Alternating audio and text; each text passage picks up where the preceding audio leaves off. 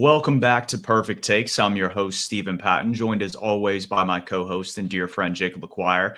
And for the first time in this podcast history, we get to discuss a winning streak. We haven't seen this since Steve Wilkes was the coach. And this is exciting going into the bye week, winning back-to-back games. Bryce Young coming in for the injured Andy Dalton and proving he's the quarterback one, in my opinion. And we'll get more into that today. But what was your big takeaway from the game over in Germany? We're going streaking, like you said. It's fun to get multiple. It's fun to win in general, right? We've done this podcast for so long. We've talked about close to 30 games now. We're approaching that number. We've only got to talk about 5 wins, and a lot of those wins didn't really feel meaningful. But I think these last two, they mean something to me. They're ugly games, but we found ways to win them. And I think that's like the first step you have to take as a team that's rebuilding, trying to find its culture. When you can start winning those ugly games late in the game down the stretch in November, maybe going into December, those matter. And it was huge to get the international win. I can only remember us ever being in 2 international games. This one and the Buccaneers game in London back in 2019 or 2020. We won that one as well. That was a game in which Jameis Winston started and ended the day with interceptions and then threw 3 in between there. And while Daniel Jones didn't have 5 interceptions, he did have 2 of them. And they weren't directly like lasers to our DBs or anything, but our defensive players caught like wreaked havoc, made Daniels and them make mistakes and capitalized off of it, especially in the second half when our offense didn't move the ball downfield a ton. But my main takeaway is Dave Canales understood the assignment with Chuba Hubbard. You sign him to that big extension. He gets his bag, and then you give him a heavy touch career day, and he rushed for over 150 yards, most of it in the first half to get the Panthers out to an early lead. I think we went into halftime not allowing the Giants to score. We haven't done that all year. And to be able to go into the half with a lead like that and hold the lead throughout the game up until overtime, in which we forced another turnover and kicked the field goal, it was a good, resounding win. Obviously, you want to score more points, right? But I felt like the Panthers were in control out of the gate. And I can't say that throughout any game this year, except maybe the Raiders game. But even in that game, it got a little dicey early because we scored 7, and then the Raiders went down and scored 7. We blew them out after that. But in this one, we went down and scored 7, and then we stopped them. We go down and score a field goal and stopped them throughout the entire half. It was just a good game to experience as a Panthers fan. It was. Our defense showed up. You had the Jadeveon Clowney helmet tip to Xavier Woods was the first interception. And then when they're driving to try to tie things up, and actually, I think it was like to take the lead. At that point, it was 17-14. They were in the red zone. And Josie Jewell makes a phenomenal interception on a third down target to Tyrone Tracy. So the defense stepped up. The big additions Dan Morgan had that I've been super critical of this year all played vital roles, from DJ Wanham to Josie Jewell. And those guys you could see made an impact. And that's huge. And moving forward, if you can build on that, you might be able to string a couple more wins together before the end of the year. And like you said, that is huge for a organization, a front office, a coaching staff that is trying to build an identity here in Charlotte. Yeah, and think back to like 3 weeks ago following that Washington game loss. When we looked at the post-bye week schedule, I think you and I both saw 7 losses, maybe 1 or 2, maybe 1 win. But with wins like this, like gutting them out, I'm much more confident that we can maybe split the division with the Buccaneers, or like split the series with the Buccaneers, maybe get that Cowboys win, maybe be competitive with like a team like the Cardinals. It's getting these kinds of wins that give you faith for the future games. And you mentioned both Clowney and Jewell having big days. Wanham in his debut, he was a force of nature by Panthers D-line standards this season. 4 pressures, I think. He had the 1 sack on Daniel Jones, a couple of quarterback hits. A'Shawn Robinson forced the game-winning fumble from Tyrone Tracy with a nice peanut punch. We've had a couple of those this year. Shai Tuttle had the one in Denver. And Robinson also got a sack on Daniel Jones in the first half. Can you imagine if Derek Brown and Shaq Thompson had stayed healthy throughout the season. And once all these pieces are kind of coming together, maybe we would have had like the 30th defense instead of the 32nd. It would have been true cinema, to say the least. But I think we can agree the defensive end held up their part. First time this season allowing under 20 points. It was 17. The offensive side of the ball, like we were talking about, I think it was a 3-and-out on the first drive, but after that, we got the ball moving. Bryce Young and the offense were put in a lot of adverse situations. Like a lot of the drives started behind the 20, and some of them even behind the 10. The one scoring drive started really deep near our own end zone. He made a couple of big downfield throws early to Coker and Liggett on a lot of max pro looks, stuff you and I were begging for last season with Frank Reich, and he just wouldn't do it for some reason with that horrible O-line. But I think Canales really locked in this game, called those well, called the Chuba runs well, and we were one or two overthrows and one or two drop passes away from a couple more, I think, scoring drives. Maybe they would have ended in field goals, but at least consistently moving the ball down the field more against a pretty strong Giants front. Now, their secondary is I wasn't worried about their secondary going into the game. In fact, that's why I picked the Panthers to win, and I think that proved me right. They're not very imposing, but that front that they had with Dexter Lawrence, Azeez Ojulari, Brian Burns was largely neutralized in terms of ending plays. They did get pressure, but only the one sack. It looked like Bryce stumbled on that boot a little bit. It was a slippery surface. You know, it's a lot of those soccer fields are really thin grass. It was at night and it was cold weather, so might have been a little bit of condensation on the grass. Who knows? But only the one sack, and none of it, or that wasn't even in the pocket. So pretty good pocket integrity. I think a solid game from the offense overall. And I think I can't be more excited about the game Chuba Hubbard put forth. And that gives me hope, especially with Jonathan Brooks coming back after the bye. Maybe we can have that two-headed monster like we were talking about on Thursday when we just saw his extension come in. Yeah, no, and it was awful to see Miles Sanders go down, but that's almost a blessing in disguise because I've gotten a little bit worried sometimes with Canales in terms of the personnel he uses and trusting veterans. And I get that they know where they're supposed to be. They know how they're supposed to execute the play.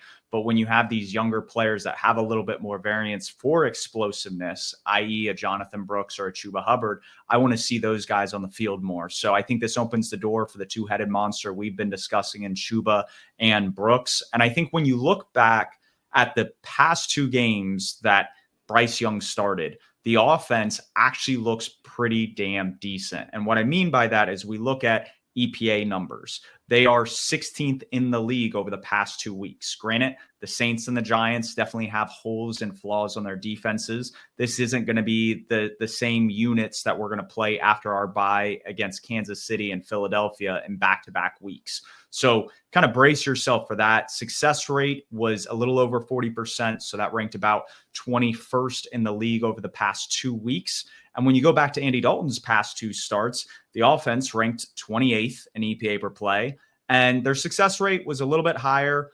They ranked 18th in the league. And that just goes to show that I think Andy Dalton provided a floor for the offense, which I think is what has Canales kind of iffy on naming a starting quarterback.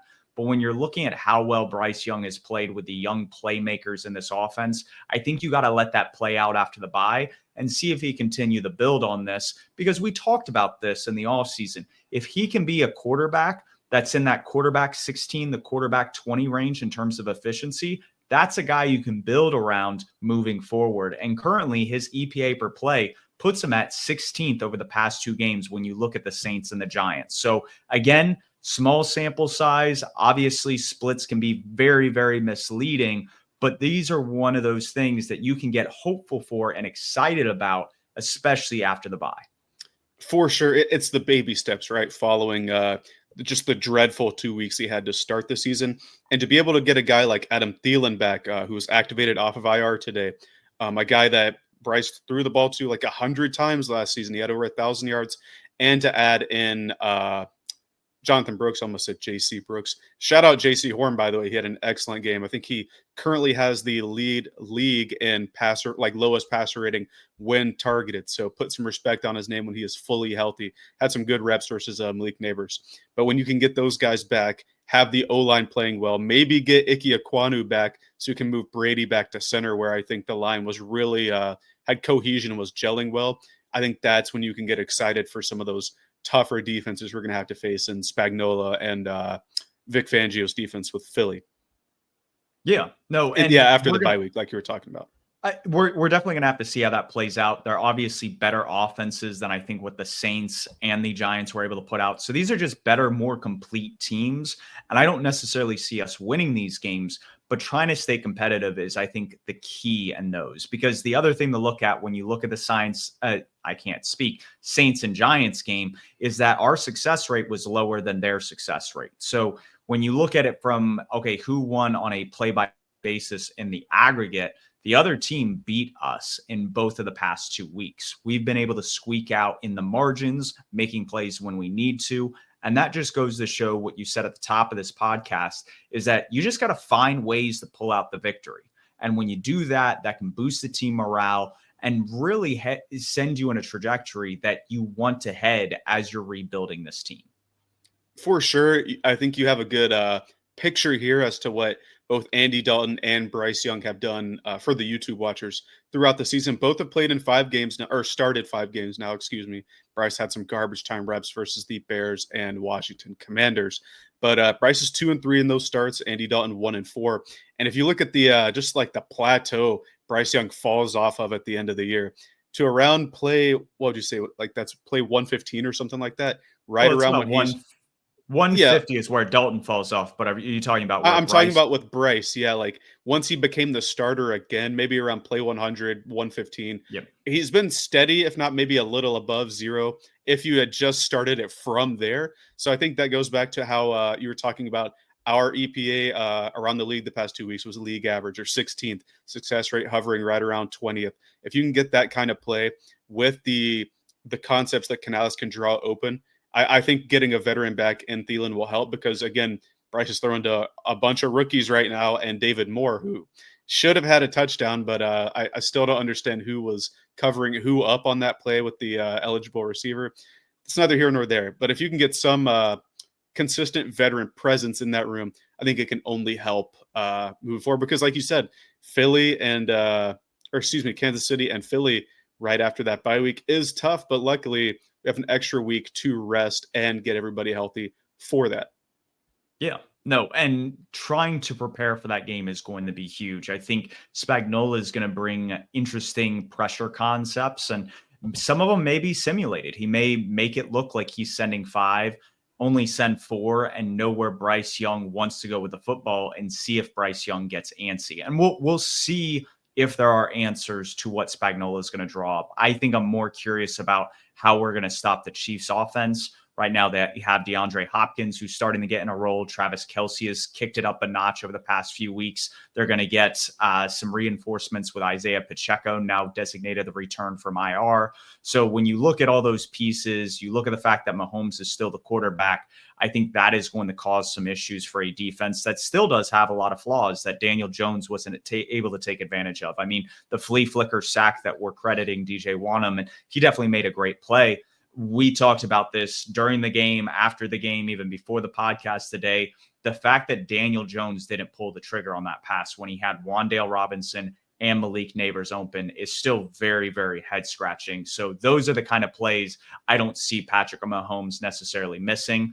Maybe you can force Jalen Hurts into some errors, but we'll probably get more into that Thursday when we break down the remaining schedule, and even next week when we're looking ahead past the bye. So I think to wrap up just kind of the Panthers game, good game plan from Canales to feed Chuba Hubbard, lean into the run game, which was our strength. Like you said, took an early lead and just leaned on that and really pulled out a really gritty team win when we needed it. So really excited about that. And when we're talking about Bryce Young and just the investment that was made into him going into last offseason and how that's trickled into this offseason and even next offseason with our second round pick going to the Bears, I think it's very fitting to talk about Caleb Williams, the Chicago Bears, and the horrid performance that their offense put forth at home against the New England Patriots, allowing 9 sacks, not having answers on offense, Caleb Williams looking lost, and Shane Waldron, as the play caller, is going to be responsible for those kind of performances. And just after the bye, excruciating loss on the road to Washington on the Hail Mary. Like that stuff seemed to just really spiral to the point where they got blown out in Arizona and then embarrassed at home against New England. And they got to find some answers. And people in the locker room clearly weren't happy with Shane Waldron. And he was the guy that got fired. We'll see if that's going to fix anything. But that is where we're at heading into today. Yeah, so we got the news this morning that the Bears let go of Shane Waldron. Yesterday, head coach Matt Eberflus said that he'd be taking stock of things, kind of think about everything and make a decision going forward. It was a quick decision within 24 hours that Waldron was out of there. Thomas Brown, former Panthers offensive coordinator, will be calling their plays. He's the guy that took over play calling duties from Frank Reich, or excuse me, Frank Reich gave him play calling duties when he was still there for, I think, 2 or 3 games. Reich took him back. Reich got fired after 2 games of having him back, and then Thomas Brown called the rest of our plays throughout the season. Both of our wins came when Thomas Brown was calling plays, so that's something to note. The thing with the Bears offense, and I want to even go back to that Washington game, not even just the Hail Mary, but throughout that game, it was very, very stagnant. They only were scoring meaningful, I just points at all, not even meaningful points toward the end of that game, and it was off of DeAndre Swift runs. You have the one refrigerator Perry thing that doesn't work out there, and then losing on that Hail Mary. Yeah, it probably stings. And then this is something for as a team you want to galvanize you for your next game, right?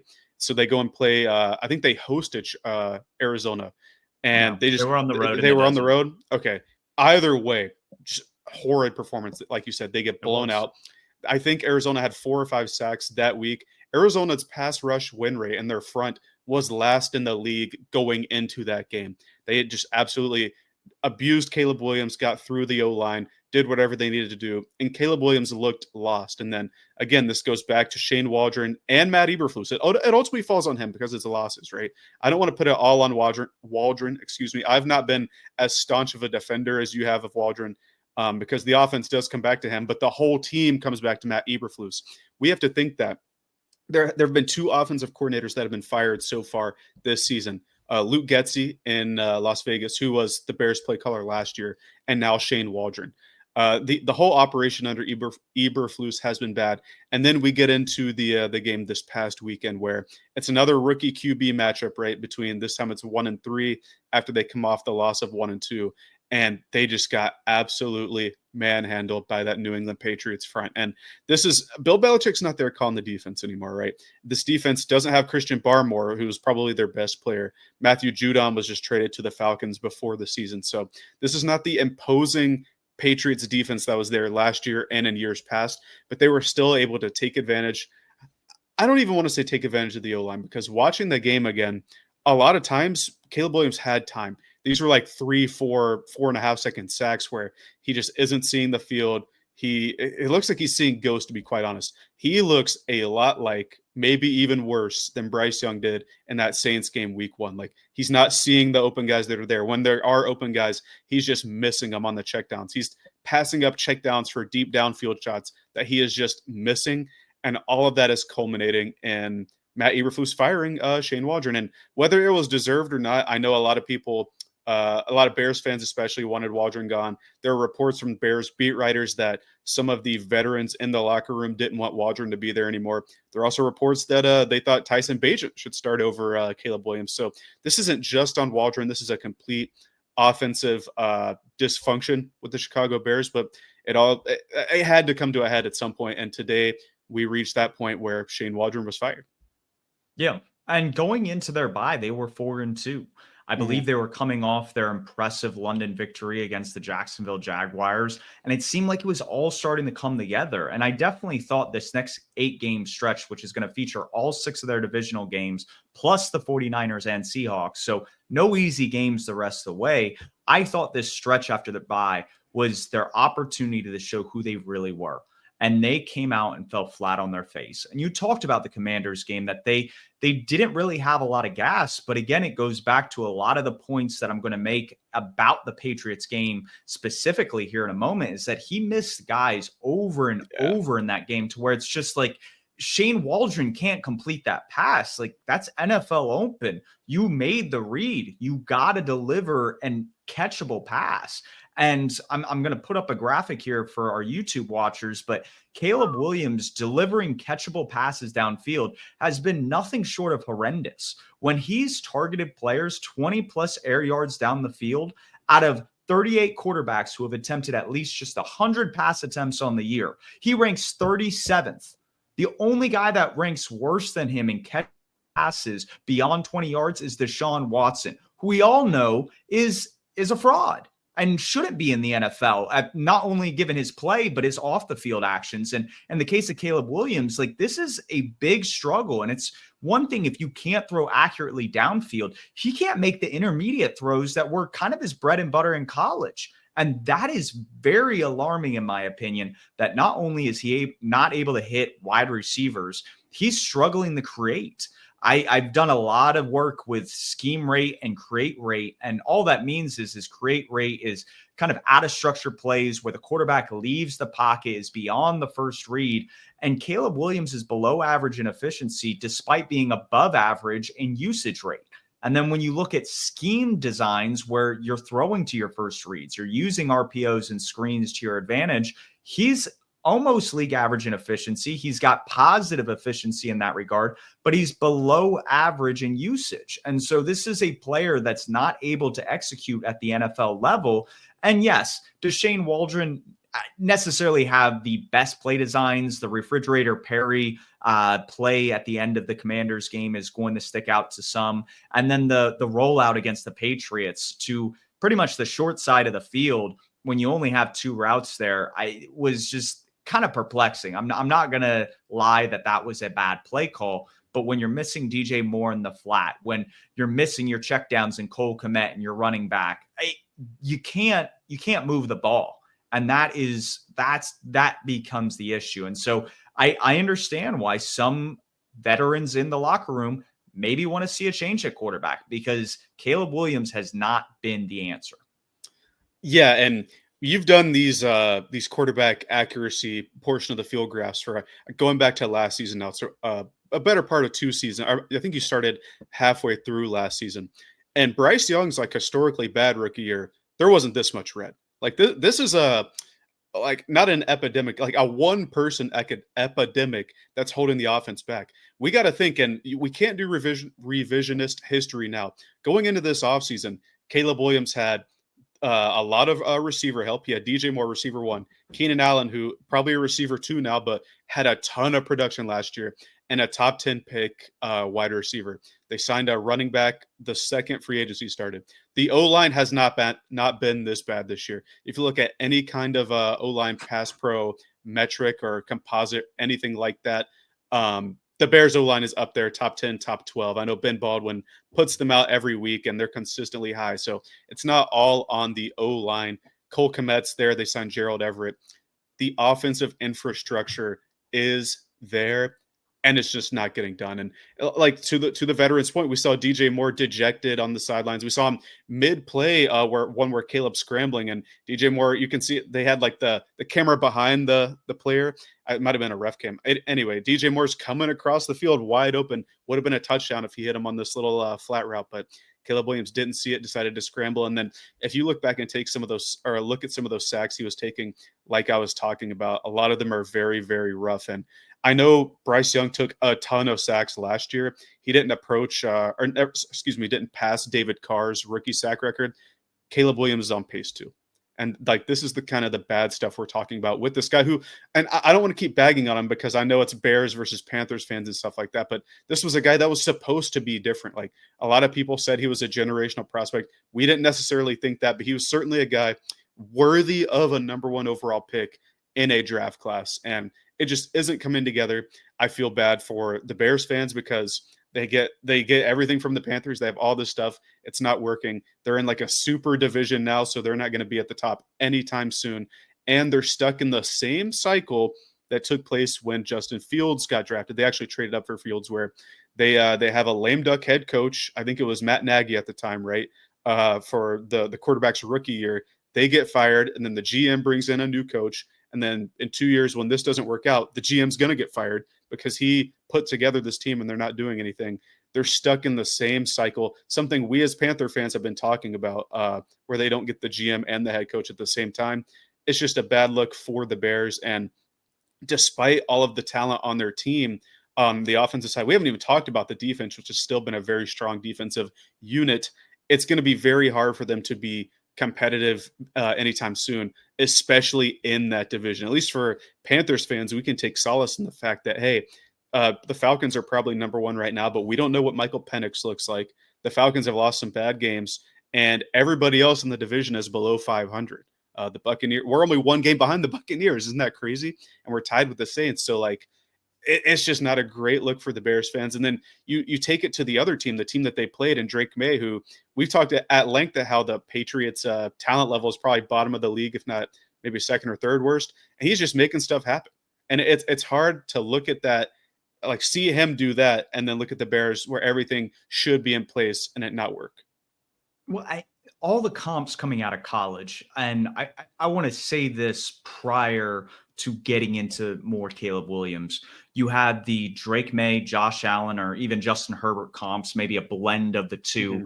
And he's lived up to the hype. He's got a big time arm. He can make throws down the field. He can create out of structure. And even within some of the structure, he can deliver balls on time where they're supposed to be. Now, obviously, has a high turnover worthy play rate. His pressure to sack ratio can definitely be improved, but that's one of those things that you expect a rookie to grow in as he matures in this league, but he's shown those flashes. Jayden Daniels, with his athleticism, was getting comped to a guy like Lamar Jackson. And sure enough, I mean, you look at how those two guys play the game, it's definitely different how they impact it, but their physical traits just put so much stress on the defense to create different leverage situations, whether it's just using something as simple as RPOs or in the run game. And that is awesome to see. And then we get the Caleb Williams, and he was comped to Patrick Mahomes. And I'm going to say this right now for everyone listening, that needs to stop. Like, Patrick Mahomes is a one-of-one quarterback. What he does, scrambling back and forth, it looks like madness, but he knows where routes are kind of being developed. He practices consistently, not only in the offseason, but throughout the season, of knowing where guys are going to be once he breaks containment and how to stress the defense that way. We aren't going to see another quarterback like that, maybe ever. And so that's where, when you look back at these guys coming out of college, Patrick Mahomes' pressure to sack ratio was light years ahead of where Caleb Williams was. Caleb Williams was a mistake-prone quarterback who struggled to throw accurately deep in college, and that has only reared its head now in the NFL. And going back to all the points that we made about just how poor he is as a deep ball passer, you know how much stress that then puts on your offense? If the defense knows you can't throw beyond 20 yards, they can close everything down within 20 yards. It's almost like playing red zone defense where everything is condensed. Safeties can drive on routes. They can leave guys in man coverage because they know you aren't really going to take advantage of that. And it shows week after week. And so we'll see if that changes with Thomas Brown. But right now, when we're looking at stock for both Drake Maye and Caleb Williams, they're going in opposite directions. And I don't really see that changing the rest of the year. Well, and for sure, and to take their situations into account, I just talked up all the Bears supporting cast, O-line receivers and stuff like that. Then you look at the Patriots side of the ball, and their O-line's getting harassed every play too. It was a similar kind of performance in this game for both O-lines, but one quarterback made it happen, maybe because he's used to having to make it happen more, and one of them didn't. And then you got to look at the Patriots receivers as well. This was one of the better games from Jalen Polk. He has not started the year off super hot. And then a lot of late round pick guys and guys that have been held over from the previous regime for the Patriots, they're making stuff out of it. And the Bears just aren't. And it is a bit disheartening to see. Like, there's a path forward, I think, for both of these teams. Number one, you got to get the play calling right with the Bears and get Caleb Williams to play ball again. Very similar to the Panthers. Like, get his confidence back, get him throwing to the receivers. Maybe Thomas Brown, having worked in the offense last year, like you're talking about, that knows the deep ball is not a threat. Last year, Bryce Young's not throwing it deep because he's getting assaulted every play on the defense, and then his receivers aren't breaking free and they're going to drop it. So they know they don't have to play deep. Get that offense or get that part of the game back in it with Caleb Williams. There might be a path forward there. The Patriots just get them one or two tackles and a star receiver, and you're cooking with grease. Like Drake Maye, he has it, and it's been really fun to see. I know that was both of our QB1s in this draft class, and I feel kind of vindicated finally seeing him play at some or throughout the season. Like what was it, game 6 or something, where he was the starter. We'll have to see how Michael Penix and JJ McCarthy do, but so far the returns on how a lot of people viewed the quarterbacks as like the Drake Maye defenders, those returns are pretty high for fans such as us. But there's another rookie quarterback that played this week, and it was a game we highlighted. It's one we have to talk about because that team will be playing on Thursday as well. That's Washington, and they took I don't want to say it was a tough loss because it was a competitive game, but it was a game that I certainly thought that they were in control of throughout the game and had a chance to win and just couldn't pull through. Yeah, no, it's one of those situations where you look at like just the dichotomy of looking at these rookie quarterbacks. Jayden Daniels had a rougher game, but again, he played against a ferocious defensive line with the Pittsburgh Steelers. So guys that are able to generate pressure, not only from the interior, but the outside. And they got after the quarterback, and you could see that kind of sped up Jayden Daniels' processing time. And he was a little early on some throws, threw a couple high balls, and that ended a few drives that could have led to more points. But when you look at a team that was able to put 27 points on the board against the top 10 defense, do it at home, be driving down late in the game, and really get kind of screwed over by the refs on a 4th and 9 call where it looks like Zach Ertz converts the down and distance. And that would have probably put him close to the field goal range and an opportunity to win the game. So that was unfortunate to see from a result. But Wilson, I mean, the one thing he was known for always in Seattle, and it's really reoccurred now here in Pittsburgh, it's just his deep ball. And while targeting other guys outside of George Pickens doesn't necessarily work, I think that's why the Steelers front office went out and traded for a guy like Mike Williams. That was another deep threat of a guy that can just go out and win a 50-50 deep ball. And that paid off in the end. On a 3rd down when they needed it most, the guy they had just traded for came out and made a big play that won them the game. So that was exciting to see, probably one of the better games all Sunday afternoon. And it just goes to show that Jayden Daniels and the Commanders still have a lot to build and develop. But just like the Patriots, they're a couple pieces away from really being in a situation where these are playoff contenders we're talking about for years to come. Yeah, and I think Washington is already proven they're already a playoff contender this year, whether they win the division or not. I mean, 10 games in with 7 wins was something neither of us expect. I don't think either of us thought they'd win 5 throughout the entire year. And here, already 7 wins. They're with that division contention with the Eagles, who they're going to play on Thursday. I think that's going to be a really, really good game. But yeah, the Steelers, I want to talk about their offense for a second because we know how deadly their defense is. It's been like that all year. But the Russ Moonballs, there were 2 of them, one to each sideline. Obviously, the game winner to Mike Williams. But you talk about some of these young QBs not being the best effective deep ball throwers. If you just watch some tape of Russ, like you might be able to figure it out because he lays it up so perfectly despite getting hit. The one where I threw it to Mike Williams, he was getting blasted and perfectly laid it up. They got the win with that. They also had Preston Smith, the edge rusher D-line that they traded for from the Packers. He had an impactful couple pressures in the 2nd and 3rd quarters that helped stall some Washington drives. So the front office clearly knew what they were doing. There was another Mike Tomlin like funny press conference thing where at the end of the game, Pittsburgh had it. I think it was a 4th and 1 or 4th and 2. And if Washington stops them, they get the ball back and have a chance to go down and get a field goal.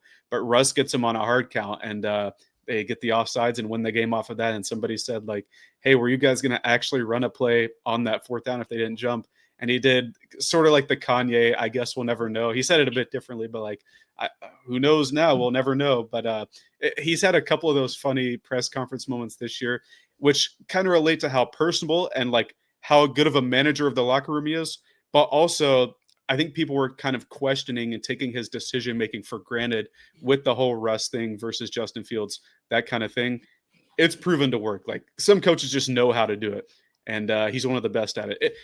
It's interesting, too, with the Steelers because we talk about Washington and Philly and how that's going to be an important matchup on Thursday. The Steelers and the Ravens are also vying for that division lead right now, too. And I believe they play each other at 1 p.m. on Sunday. So that's going to be an interesting one as well. Yeah, no, the fact that both these teams that are coming out of here are kind of the the new kids on the block, so to speak, because the Eagles and the Ravens have kind of been the dominant forces in both those divisions over the past few years. So to see the Steelers kind of rallying around Russell Wilson, he's been able to mitigate negative plays while generating explosive ones. And that really comes through those big, deep moon balls. And he hasn't really hit those on some of the other targets when you look at Van Jefferson or even their rookie, blanking out on his name. He came out of Roman Michigan. Wilson.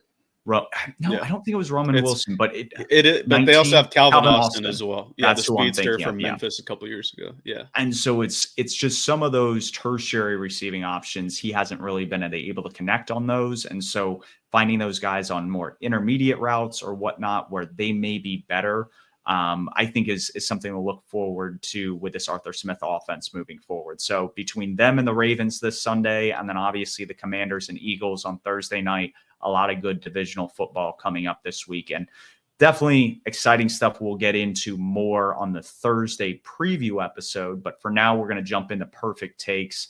And I think this is a good segue. I'm going to double down on the take that I had last week. And that was, I think the Commanders are going to win the NFC East. And there was nothing on Sunday that deterred me from that. Their defense continues to make plays throughout the game. They had a key special team stop, and it was really more the Steelers gunner drop the pass. But those kind of plays that put your offense in a position where they can succeed and they can generate points without having to drive the distance of the field is what I'm looking at more. And I'm going to take the Commanders money line. I think it's juicy enough at plus 3.5 in Philadelphia that I think they can sneak in there and win against a team that's coming off a huge W against the Dallas Cowboys. And they may catch them lacking a little bit on a short week. So I wouldn't count out Dan Quinn, Cliff Kingsbury, Jayden Daniels. And that's where I'll leave kind of my perfect take for this week. Yeah, I think that's going to be a super fun game. They also had some impactful plays on defense, too. They forced the fumble right at the 1 or 2 yard line to stop another Steelers touchdown score there. So they were getting it done in all facets of the game, just kind of fell short at the end. I'm going to shift more toward the Bears game or the previous Bears game we just saw. I like how both of ours are relating to the two games that going back to Thursday, we were like, hey, I think these games are going to be interesting. That's all we really talked about today outside of the Panthers. I had a take maybe a month and a half ago about the Cowboys and the future of their season. I said they wouldn't make the playoffs and they would finish 7-10 or worse. I'm going to take that take the Cowboys out of it and put the Bears in it now because you brought up their remaining schedule from here on out.